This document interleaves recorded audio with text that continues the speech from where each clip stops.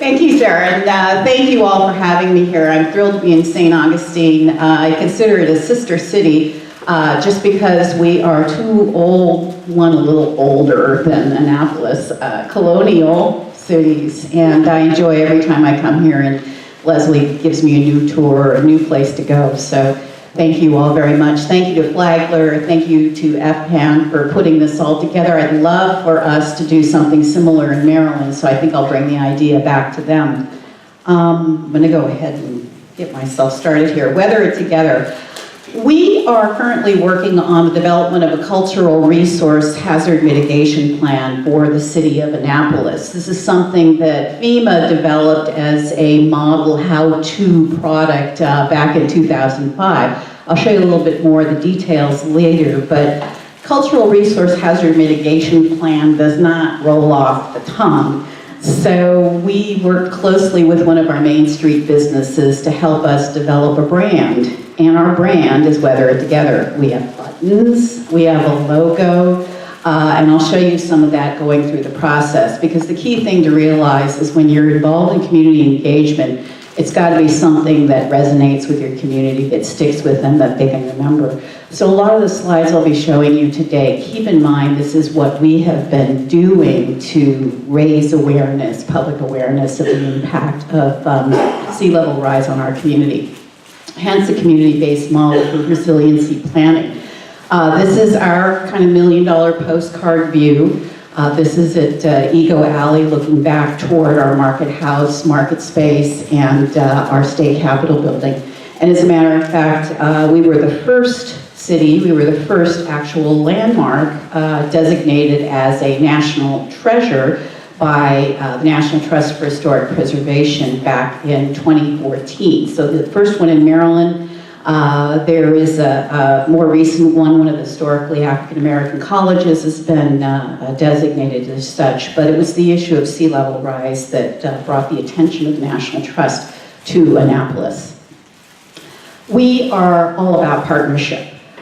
We have somewhere between 24 and 27 partner organizations at a monthly meeting. We've been getting together for over 3 years now. We have representatives from the private sector, from the public sector. We have residents, we have property owners, we have the business association, we have just about every agency in our city government. And we get together once a month, we hear from a speaker, we let each of the agencies talk about what they're doing. We've had our archaeology community represented, great concern with them, obviously, clearly, about the loss of resources from erosion, as well as from the impact of hardening on many of the coastal areas. And we start off by talking about the background, the history. This is not new. This concept of warming seas, of sea level rise, has been around for many, many, many decades. And as a matter of fact, it was written by Rachel Carson, who was popular obviously for her conservationism, but also because she did realize that our cities were being impacted by rising seas. And so back in 1952 in Popular Science magazine, she wrote a piece called Rising Seas, Historical Trends in the North Atlantic. And this is actually a view of New York City being inundated.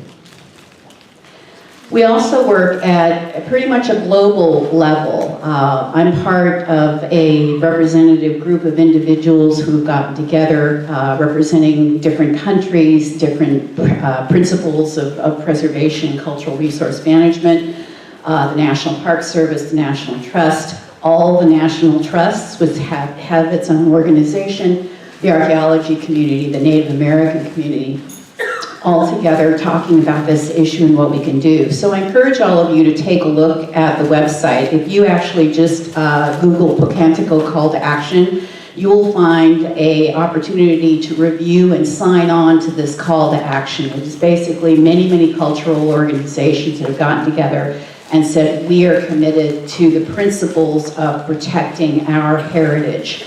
That heritage can be just one of people and place. It can be resource heritage, whatever it is. It's about protecting and respecting heritage.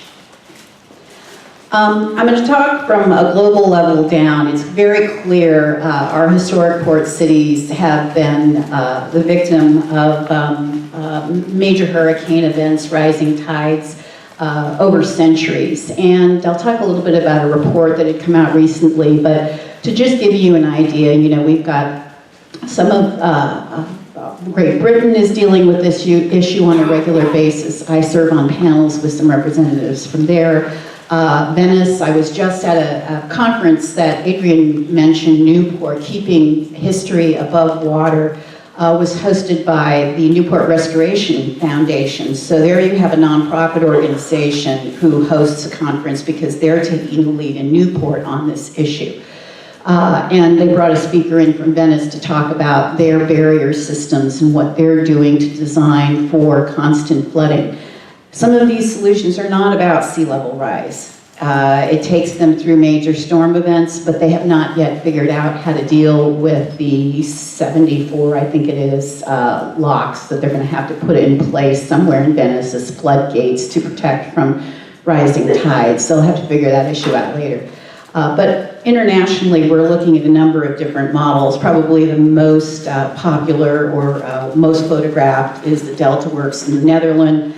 The Delta Works came about after a huge hurricane. Hurricane Xavier in 1953 killed over 1,800 people.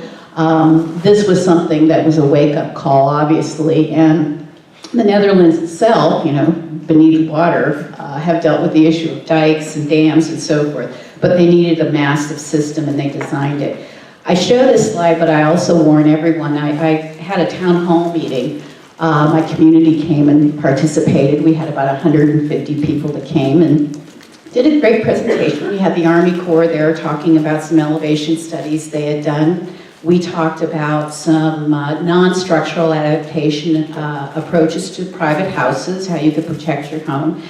And then the first question we got from the audience was, well, why don't we just build a big floodgate in front of the Chesapeake? That'll solve it all.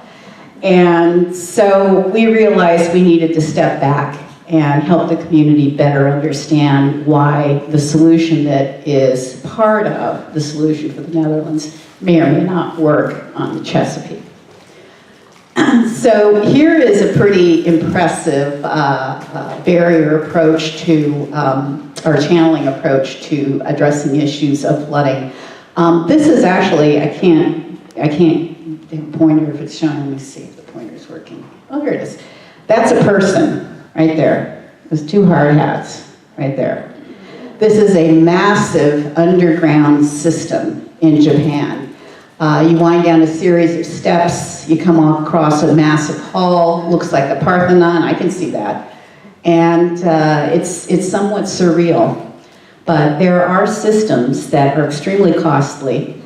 This one, I believe, went in 1972, if I recall correctly. And it's not going to work everywhere. Obviously, it's not going to work in Florida. So it wouldn't work in Annapolis either. But there have been some fairly massive structural projects. But economics is a big issue, actually. We heard that this morning. Dr. Ayers made that comment that there are economic implications. There's an economic urgency to addressing this issue. And when I talk to decision makers in our community, when I talk to elected officials, we talk a lot about the economics. As a matter of fact, we're in the process right now of conducting an economic study on the impacts of sea level rise to our heritage tourism industry, to our government industry. We are the state capital, so therefore we have government there on a regular basis. And I came across this Organization for Economic Cooperation and Development study that talked about the major impact to ports in this country. And this is a significant financial issue. Miami clearly has $416 billion worth of assets that are in harm's way. New York is second of the American cities at $320 billion, and New Orleans at $233 billion. And this is going to be something that we're going to see our city and county and state leadership pay attention to over the next few years. Miami, I don't know if any of you have seen the Rolling Stone issue, Goodbye Miami.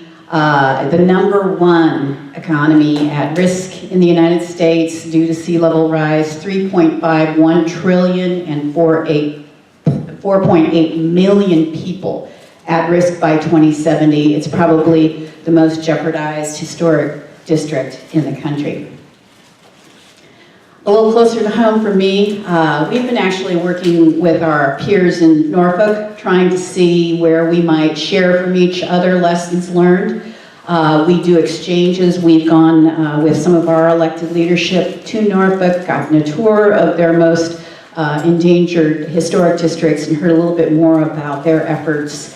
What I did learn is that they are not in the planning stage. They don't have a plan yet, but they are using HUD funds, and I would encourage all of you, if you've not heard about some of the programs out there, to look.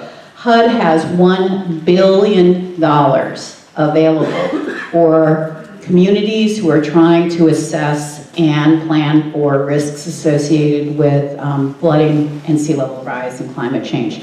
So take a look at some of those programs, but it is one of the most at-risk cities. They actually had at one point received some government funds prior to the HUD deal. They raised one short stretch of road 18 inches. It cost them $1 million. They're not going to do that anymore. That's not the best way for them to spend their resources. So they're looking at other means by which they can work with the community to build a more resilient neighborhood, to ensure transportation arteries remain open, and to protect also the naval base, which has about $35 to $40 million worth of pier replacement. And we have to remember, the Department of Defense looks at this as a very serious issue. They are there planning for the long term. Our strongest partner in Annapolis is the United States Naval Academy.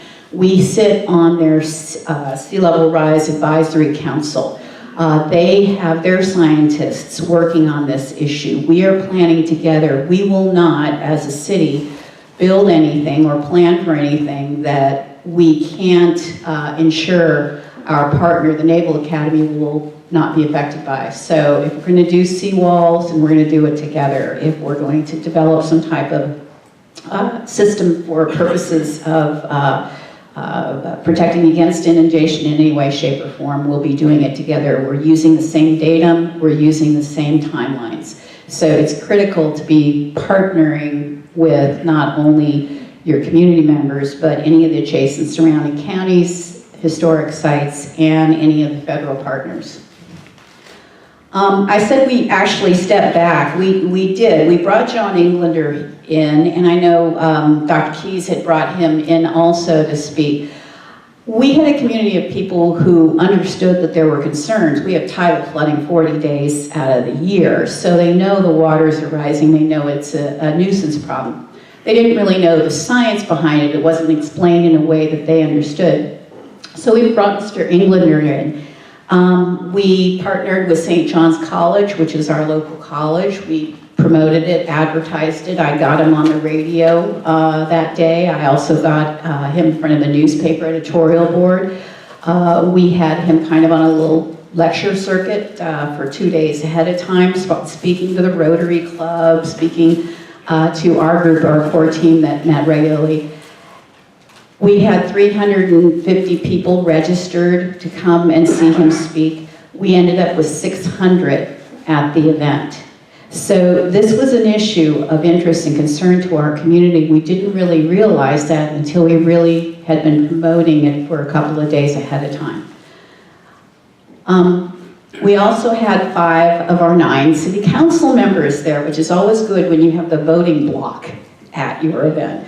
So they get it. And as Mr. Englander always says, ice melts at 32 degrees. It doesn't care if you are a Republican or a Democrat. And I think that sticks with our elected officials. They, believe it or not, put no money into our initial planning efforts. I had $6,000 in my consulting fee account that I hadn't spent for the year in the Historic Preservation Division. So I said, well, why don't we hire one of our local architects to start some of the survey work?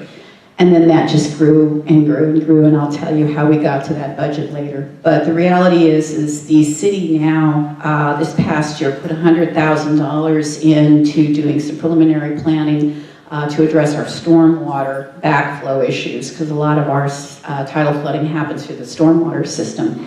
And even more importantly, the mayor was able to secure $1 million in the governor's budget to help us with the planning in the first phases of development for the replacement of that system. So it's been 3 years of getting the word out there, but people are listening. It also helps, as Leslie had said earlier, when you're in national landmarks at risk. It's really a great thing to point to those Union Concerned Scientists report and say, see, we're in here, see, we're in the next study, see, we're in the next study. And the other thing too is you can look at NOAA's publications, because they also identify all of our communities as places that are threatened. Annapolis had the highest average number of days a year above flood threshold since 2001, and that was 34 days. So this is actually tidal flooding. I don't know how many of you have been to Annapolis, but this is our city dock area right here. And this is actually the seawall right here. So it inundates downtown on a regular enough basis where we have 3.8 days worth of tidal flooding 50 years ago. We're up to 40 now, and we anticipate in another 50 years that it will be more than once a day without doing anything at this point in time. The next publication from the Union Concerned Scientists, we got to be the poster child, the cover of the publication. And again, as I said, you know, we look at inundation on a regular basis, but it's not just tidal flooding because it's high tide or a king tide. We get flooding when there's a big storm event that isn't really a big storm event, you know, 2 inches of rain in an hour. You know, and you get flooding because we just can't handle the runoff. The Naval Academy is even worse sometimes. They don't even have time to get the door dams out before Rickover Hall is flooded. And we have lost landmarks. We have lost islands. There were 500 islands in the Chesapeake at one point in time. In the past 100 years, we have lost 13 islands. This is actually the top of a house right here. That's the roof that remains in one of them. And these are the types of resources that we've been losing. Now, the reality is we have had to relocate whole communities. Sharp's Island, where all we have left now is the remnant of this lighthouse, actually relocated its population. These were watermen. A lot of them owned skipjacks. They were out there oystering and so forth. And that's where they relocated. This is the last inhabited island in Maryland's part of the Chesapeake. So they will be going as well. They will have to move inland. So it's not that we just lose resources. Resources are important, but whole ways of living. We have pretty much lost a lot of our maritime, a lot of our oystermen. We don't have that industry anymore. So think about the fact that it's not just resources, it's places and cultural practices of all types that are lost. Now in the state of Maryland, we do have an actual climate change and coastmark construction, infrastructure, siting, and design guidelines. In essence, this is a state document that says that we as a state will not build new buildings in threatened areas. If it's in the floodplain, we're not building there. If you're looking at building something and getting a grant or a bond bill or something from us and you want to put it in the floodplain, we're not going to support that. However, there is an exception. Historic properties that are already in the floodplain, they will help to fund, particularly if they are in, such as us with Annapolis, looking to plan for their resiliency. Those who have been to Annapolis, can you raise your hand? Okay, good. Okay. Well, you can all come to Annapolis, but Nicholson lays out the plan for colonial capital in 1695. Obviously, our plan is a very important part of our city's development. St. John's College is the third oldest U.S. college. It was established in 1696. That statue you saw of Alex Haley, the Lord Linganore, supposedly this is the location where Alex Haley's Kunta Kinte arrives in 1767, hence why the statue's in that location in City Dock. We are the oldest state capitol in existence that has been continually operating as a state capitol building since 1772. We still have all 4 signers' homes in Annapolis. So all of Maryland's signers were actually Annapolitans. General George Washington resigned his commission at the State House in 1783, making Annapolis the first peacetime capital for the United States. A little under a year, but we like to say, to folks, that we were a capital. And the U.S. Naval Academy was established in 1845. This is our historic district. We really only have one historic district, but it is a National Historic Landmark District. It is the local landmark district, and then the National Register District goes out through the yellow boundary there. So it's had a lot of expansions because it was a very early district, like other districts, such as St. Augustine as well. It doesn't have intensive level surveys for every single property, so that was one of the first things that we had to take on. Now, everybody loves to show their maps. This is our map. This is our inundation map. We have the 1% annual chance, which we all used to refer to as the 100-year flood, is in the blue shading. You can see here. Here's where Kunta Kinte is, right there at the end of the city dock. So all the properties within this blue shaded area. This is the U.S. Naval Academy over here. You can see the blue shaded area, but what's even worse, you can see the 500-year floodplain area, which pretty much eats up about 3/4 of the Naval Academy's property. This is the flood elevation map. We are looking at the 1% chance. This is how we decided to design our flood inundation area for our survey work. 1% annual chance flood is 4.5. We add to that 3.7 feet, and that's a very conservative number for sea level rise by 2100. This is what the state has identified, so our total flood elevation is 8.2 feet. This is that boundary area, and I'll show you in a minute what we decided to plan for to address issues of hurricanes, sea levels, or surge, and eventual aggressive sea level rise. I mentioned the FEMA publication, and so what I'm going to do is take you through what we're looking at for the sea level, or for the issues of vulnerability relative to just sea level rise and flooding. When you approach this planning document, keep in mind it's for all hazards.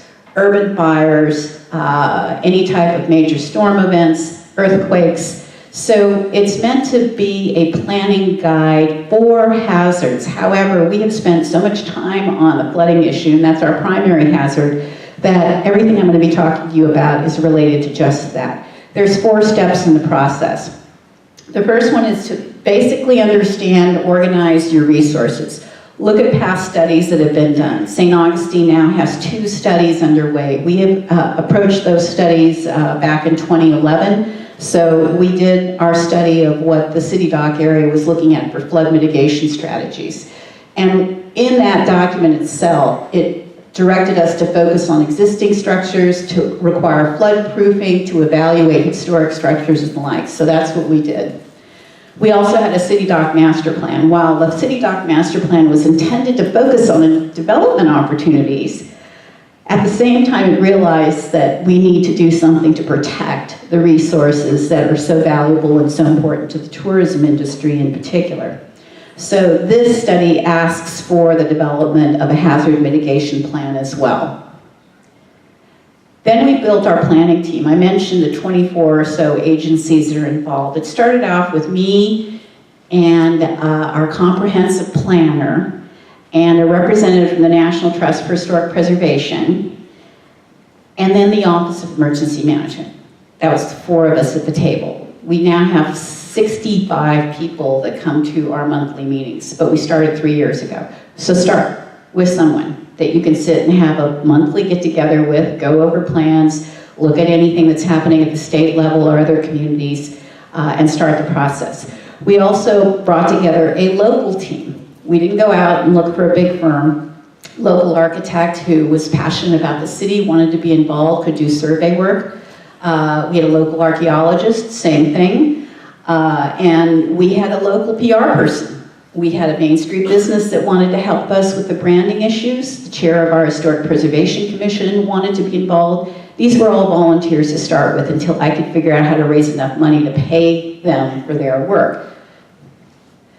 We engaged the public, whether they came to our monthly meetings, they're always open, people could bring friends if they want to, whether it was getting together for the big town hall that we had about a year and a half into the process, whether it was dealing with our online survey. We had a survey that we wanted to conduct with the community, a public sentiment survey. It was actually a visual preference survey, but we had to prioritize and find out what was important to them. Because we had about 180 some properties within our survey area that we knew were at risk. About 147 were historic, but we didn't know how the community valued them. We knew, as cultural resource managers, what we thought was historically important.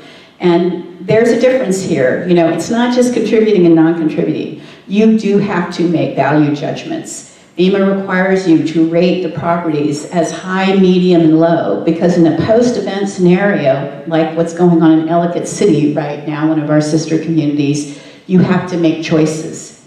What are you going to save, and what are you going to let go? And I was thinking about that earlier when Dr. Doom was talking. The fact is, there are things you can do. You can do nothing, and you can protect as a second step, but in between there's you can document. Because you have to realize that some of these resources are going to be lost, and if we haven't been responsible enough to document them, to survey them, to do HABs recordings of them for those that we feel are very important, but we know are so vulnerable we may not be able to protect them, then we're not doing right by the resources that we're working so hard to protect and promote for the public's enjoyment.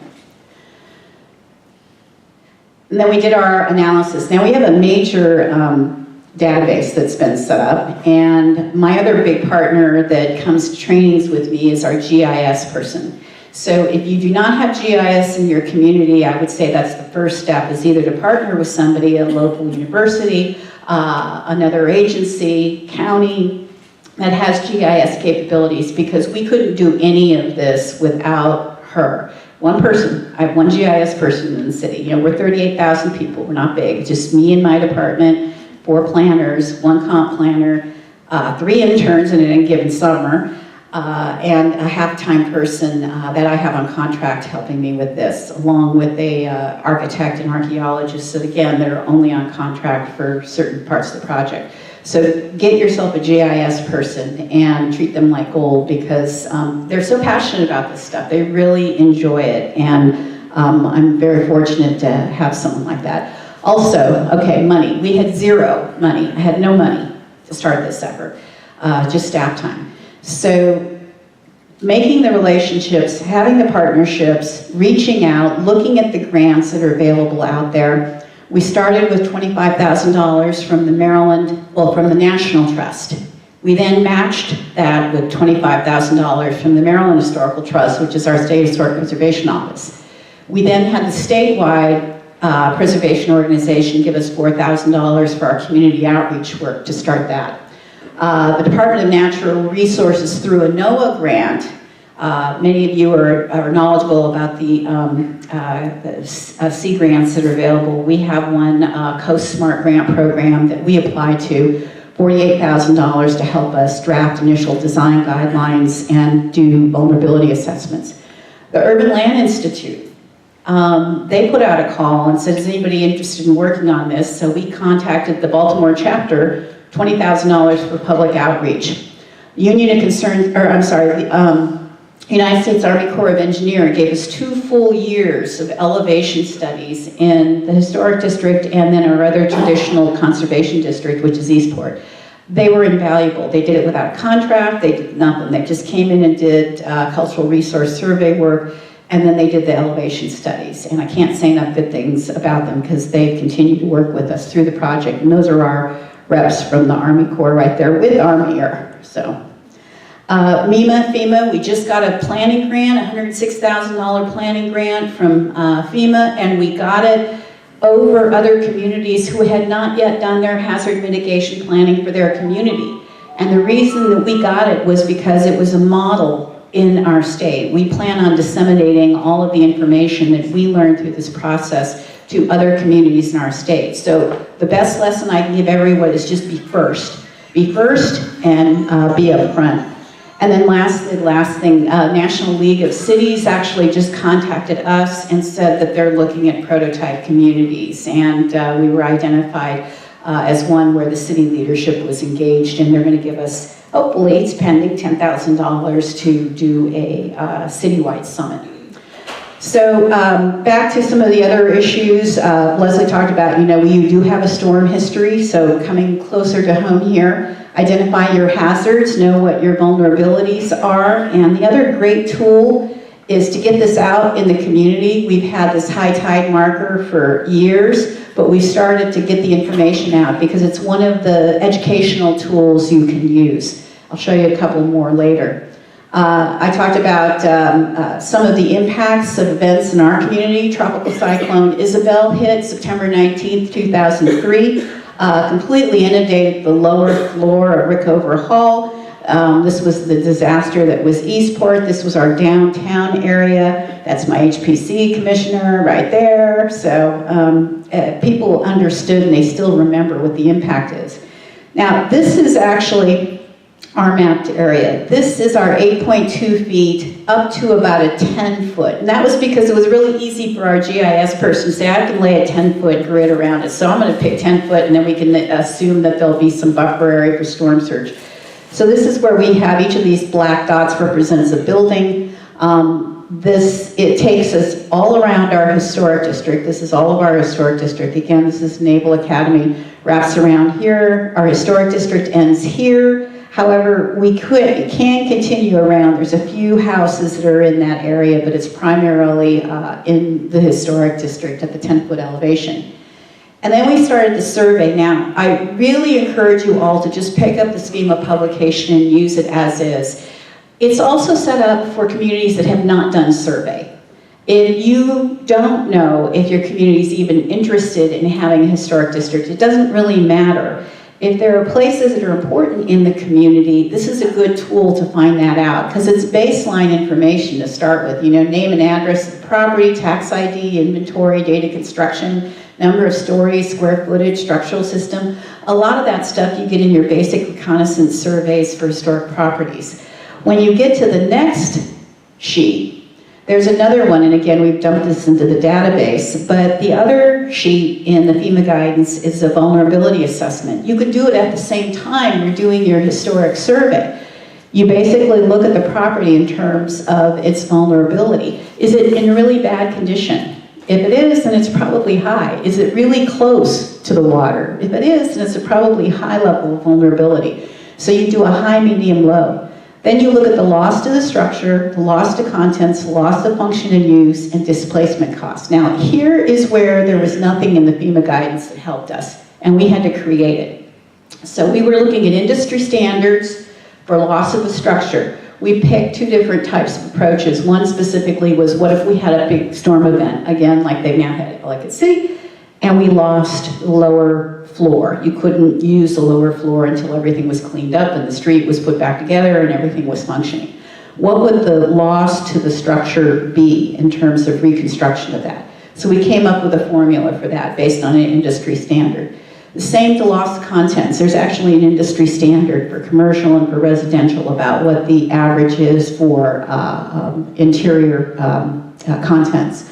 Loss of function and use. Well, if it's a restaurant or if it's retail or if it's a government office, what is the typical per square footage dollar value of retail sales in that building, for example? We figured that out. And then lastly, if your business has to relocate temporarily or a resident that has to relocate temporarily, what's the rental rates going for single family homes or for apartments? So we came up with an actual formula for all of those. We did 22 sample properties just to see what we would be at for a level of loss or cost. And we were at $55 million for 22 properties. That is a real number. If we had an event today, we could go to FEMA and we could say, this is our number. Don't give us whatever number you guys use. This is the number for our properties. We've finished this work and we're at $289 million of potential impact just for a small event. We lost the first floor use, no demolition involved. I talked about the flood elevation. This is the type of product that the U.S. Army Corps of Engineers can give you. It looks at the lowest adjacent, the low opening, the first floor level. That's the type of document you need to work with the community. As soon as they receive that, then they start to understand where they can make planning efforts to protect their properties down the road. And then last is this issue of public sentiment right here. I'm going to underscore this, because we have now moved on to looking at things like visual preference surveys to understand a little bit better about what our community feels are the most important or the not so most important properties in their communities. And I always like to tell the story. We thought it would be pretty logical. The Naval Academy Dome, the State House Dome, some of the city dock area, the Kunta Kinte, those were all really important. We all knew they would be high. Well, we didn't realize that as high as our downtown market house, for example, is, and how important that is to the community, the local watering hole, Middleton's Tavern, was just as important. So, the taverns rate very high in terms of community value. So if we have a major event, we'll probably be spending as much energy and time trying to save that resource as we will the public market. The other thing that was important about that survey is we needed to hear from the community how important this issue was to them and who they thought had responsibility. And time again, they did not put it on the shoulders of the federal government. They said it was either up to the local or the local working with the state government to both help them prepare as well as to help them respond after the fact. Who are they going to look for? They're not looking for the feds to help with anything. So it really is all local. This planning is local. You will get the funding and resources from the federal agencies, but when it comes down to doing the work and who's responsible for planning, the local community thinks it's us, local government. So we are now at step 3. We are writing the plan. We've organized the resources. We've done step 2, looked at the vulnerability and made that assessment, and now we're writing the plan itself.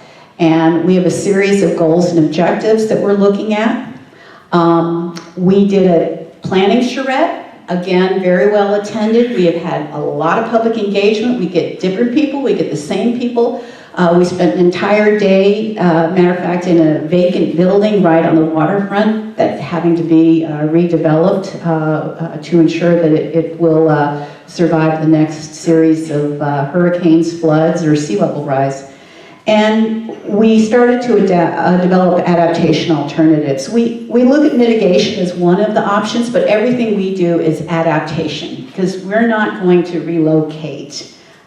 We don't really have that option. So ours is adaptation. Everything from density controls, design review, easements, overlays, special use permits, TDRs, environmental review standards, building codes. So there's a lot of tools that we've got available to us in planning. We are also looking at other adaptation strategies. Adaptation is not just structural or non-structural or natural.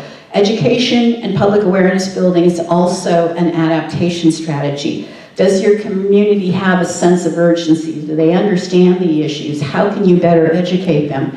So having a website, having a Facebook page, developing kiosks, developing videos, having interviews on the local media, having little markers in businesses that identify the high water mark is another good educational tool. It's constantly bringing this information to the forefront to help the community understand that there is a need out there and at the same time opportunities.